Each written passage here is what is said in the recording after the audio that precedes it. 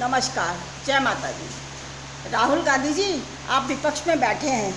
कभी आप पक्षकार हुआ करते थे, पक्ष में बैठा करते थे। आज आप विपक्ष में बैठे हैं, लेकिन उसके बाद भी कम से कम उल जलूल हरकतें तो मत कीजिए कि जो मन में आता है वो आप बोलते हैं, जो मुंह में आता हिंदुओं के बारे में बोलते हैं।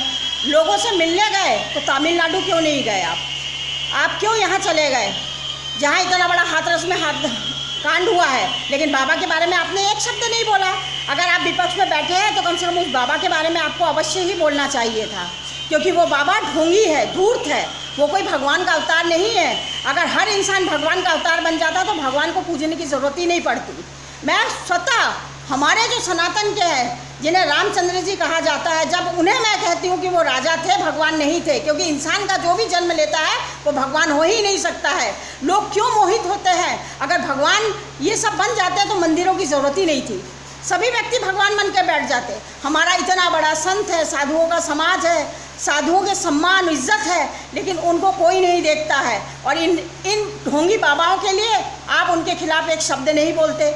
हिंदुओं को आप आतंकवादी बोलते हैं, उल जलूल आप बातें करते हैं। कम से कम विपक्ष में रह के अच्छे प्रश्न पूछिए, युवाओं के रोजगार के मुद्दे उठाइए, कुछ तो अच्छा काम कीजिए राहुल जी, तब तो जाकर आप कभी कुछ भविष्य में अपना जीवन तय कर पाएंगे। जय माता दी।